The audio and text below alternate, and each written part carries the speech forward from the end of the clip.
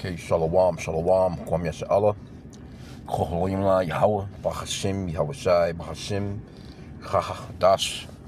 Double honors to our apostles, elders of Great Millstone who were well and that by the Spirit taught us this beautiful truth. Just want to say the water to all the H.I.M and H.I.M that's out here sincerely keeping the laws, the statutes, and commandments of Yahweh B'Hashem Yahweh Shai to the best of their ability. This is Yachanan Nawach. It's coming at you with another quick lesson, praying that it's edifying by the Spirit.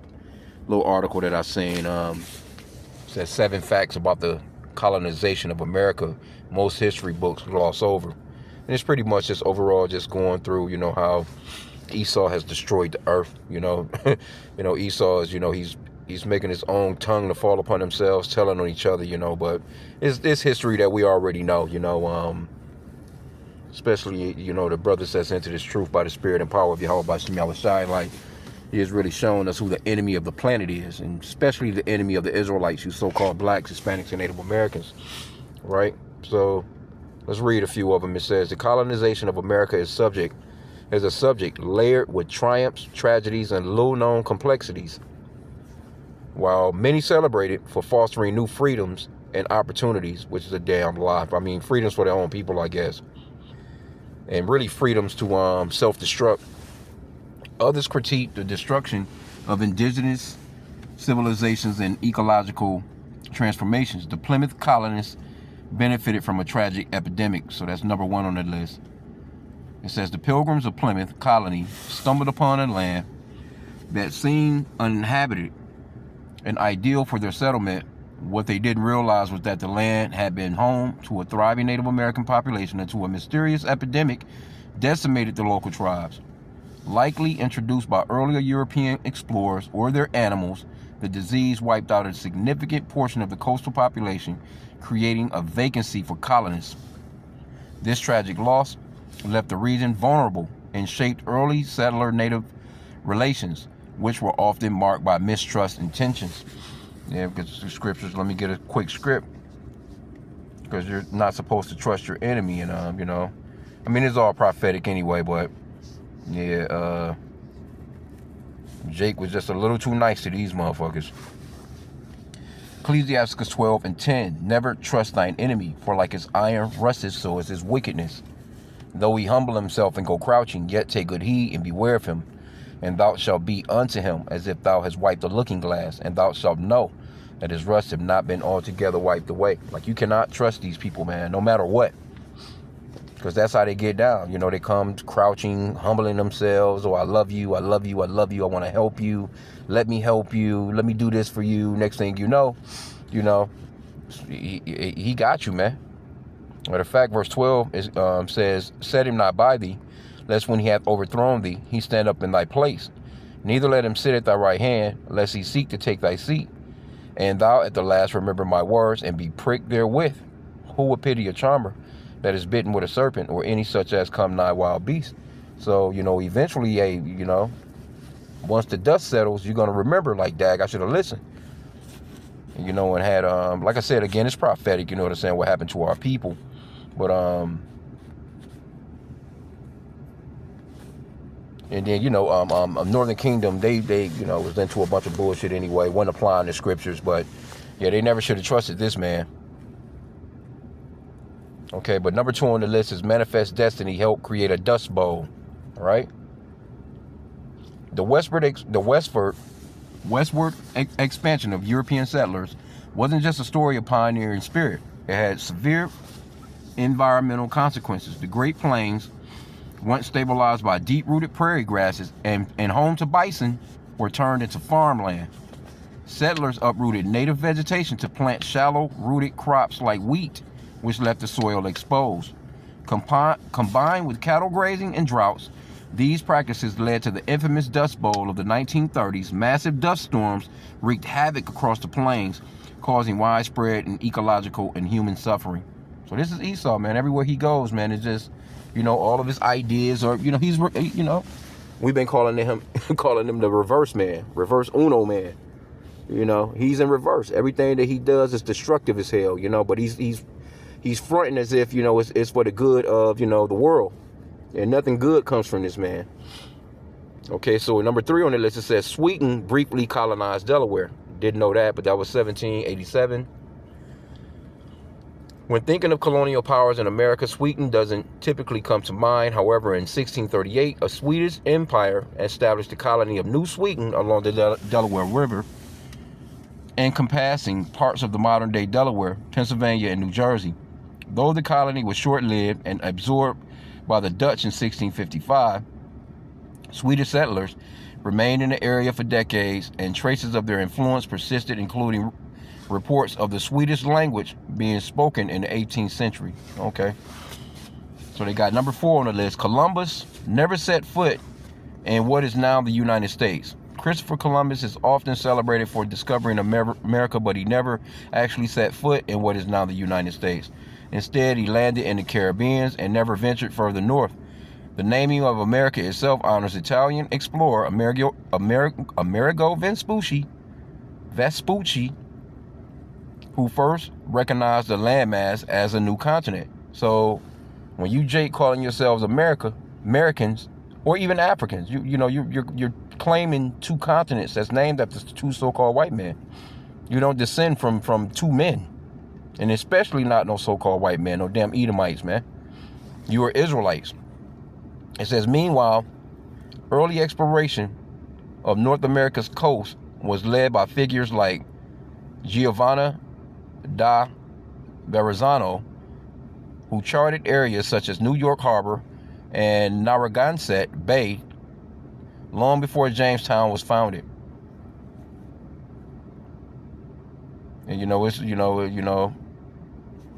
from our understanding as well, so-called Christopher Colon basically was a small top. Okay, the number 5 on the list, it says the first English settlement wasn't Jamestown.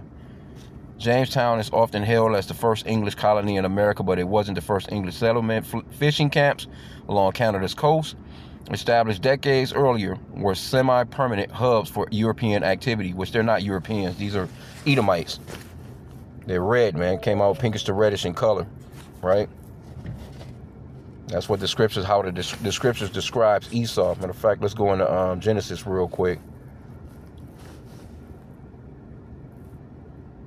Because they got the world believing that they look like a glass of milk or some shit, and they're nowhere near that color. No one's actually white. White, blacks, colors are not ethnicities, man. This is Genesis 25.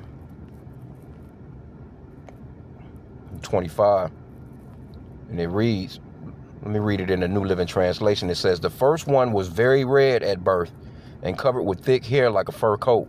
So they named him Esau. See?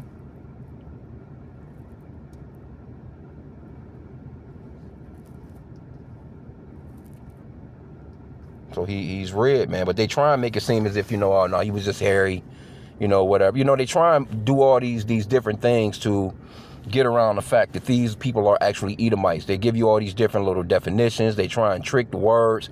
And that's why the scripture says, never trust thine enemy, man. They can't just be who they are, because they understand that, they're fugitives in the earth, that, they're crime-ridden, and the prophecies talks about their demise, man. How they're going to get that business, man. How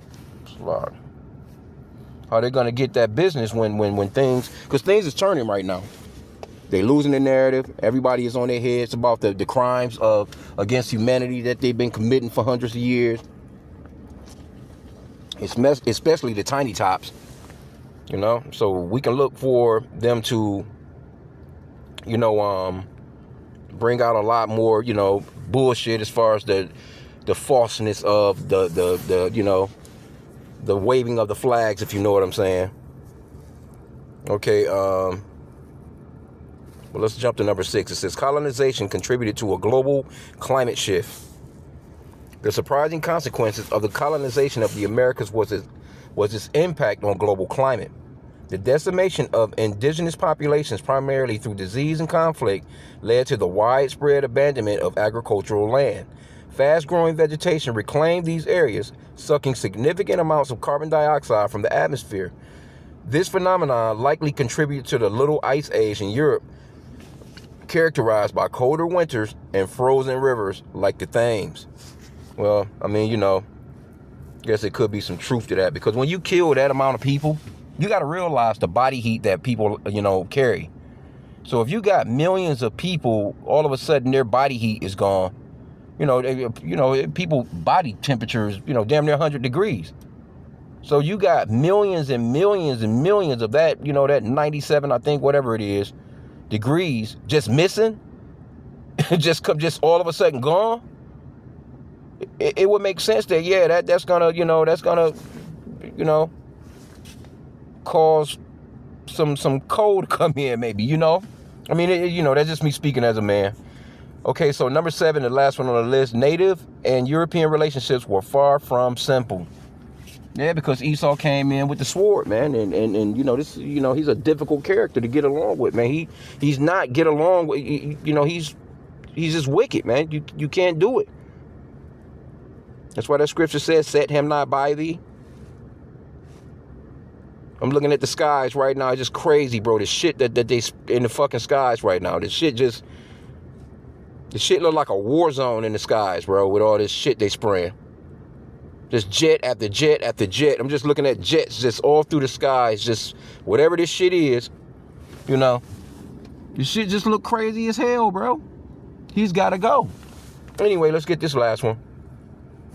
The interaction between Native Americans, which we know they're not Native Americans, they're actually Israelites, Northern Kingdom, tribe of Gad, a couple other tribes as well. But it says the interaction between Native Americans and European settlers, which are Edomites, Esau, Edom, Edomites, Idumeans. They're not Europeans. They're not all these different names that they've been calling themselves. It says, while some tribes form, it says the settlers were diverse and deeply complicated. While some tribes formed alliances with colonial powers, others engaged in trade or resisted expansion. Intertribal conflicts such as the Beaver Wars were often exacerbated by European influence, including the introduction of firearms. Where does the firearm come from? Let's go back to Genesis. This man was gifted with that sword, man. He was gifted with that sword, bro. Let's go to chapter 27 real quick. Esau. And the so-called Native American Indians, they had spears and would build certain, like knives and hatchets and stuff like that, but they used that stuff to hunt with, man. They wasn't just running around killing each other and shit. There wasn't no crime amongst the so-called Native American Indians like that, man. They was using those things to hunt. They really used the resources of the land. They didn't let nothing go to waste. They didn't overkill, the animals or anything. They used, the clothing, the furs for clothing to keep warm.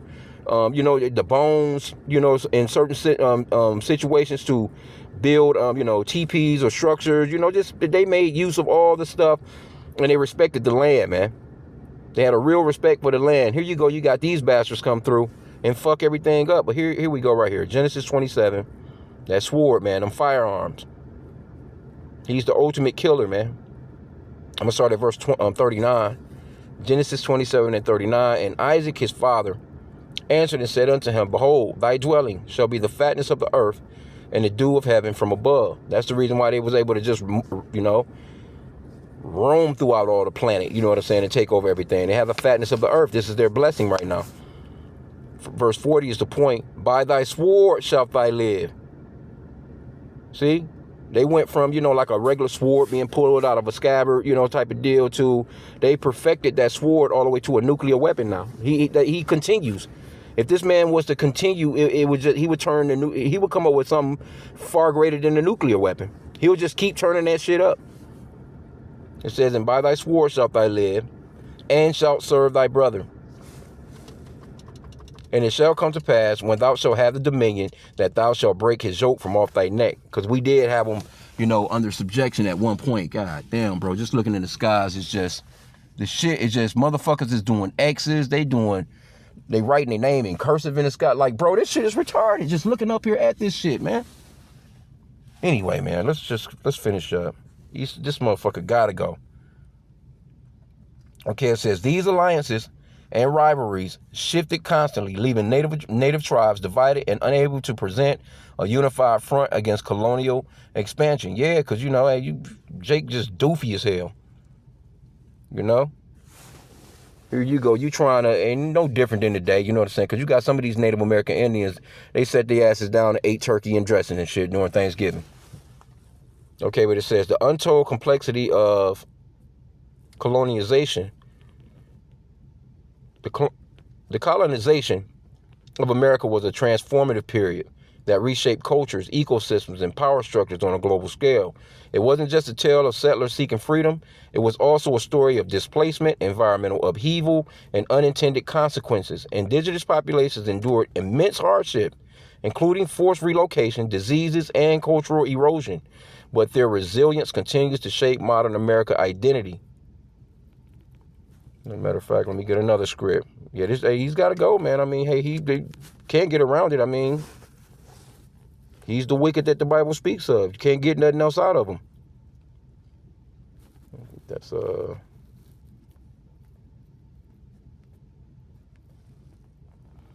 Revelation 11:18. And the nations were angry, and thy wrath is come, and the time of the dead that they should be judged, and that thou shouldest give reward unto thy servants the prophets and to the saints, which were praying that were a part of that, and them that fear thy name, small and great, and shouldest destroy them which destroy the earth. These people have completely destroyed the earth. For real, man. Everything is fucked up, man, with this man in power.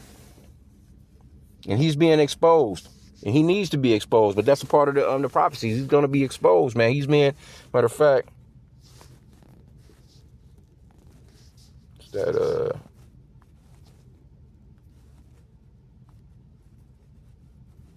that's shameful spewing, man. He's being uncovered. What is that? Oh, yeah, Habakkuk 2:16. Thou art filled with shame for glory. Drink thou also, and let thy foreskin be uncovered. The cup of the Lord, the cup of Yahweh's right hand shall be turned unto thee, and shameful spewing shall be on thy glory. See, all this stuff, they was proud of all this stuff, you know, back when they was conquering. But now all of a sudden the internet is on their ass and everybody looking like, damn, y'all some fuck ups. Basically, you know what I'm saying? In a nutshell, that's you're fuck ups. Okay, so you got it says beyond its human impact. Beyond its human impact, colonizations left an indelible mark on the environment. The alteration of landscapes and ecosystems during this time set the stage for many challenges that persist today, from soil degradation. Yeah, because the soil, you can't get really nothing out of it. And they don't, you know, the shit they flying through the skies and the rain that come down, the rainwater, it's just, this place is done, man. It says to biodiversity loss. These environmental changes underscore the interconnectedness of human actions and the natural world. And you got Edomites in the comment boards, you know what I'm saying, acting as if this shit is not true. Okay, it says reflecting on the past to inform the future. By exploring lesser known facts about the colonizations of America, we gain clear understanding of its complexities. This knowledge not only honors the experiences of those who lived through it, but also equips us to address contemporary issues rooted in the history, from cultural reconciliation to environmental stewardship. And y'all can forget about it, man. All that, you know, green earth bullshit, you know, all this, so, you know, you trying to save the earth and all that. You done destroyed the damn place, man.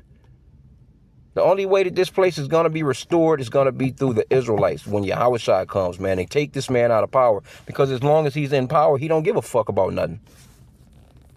The colonization of America is a reminder that history is not just about what happened. It's about how we choose to remember them and from it. So, you know, hey, see all these little statues of these doofies? You know, that's what Esau does, man. He goes, he names these places after himself. That's scriptural, man.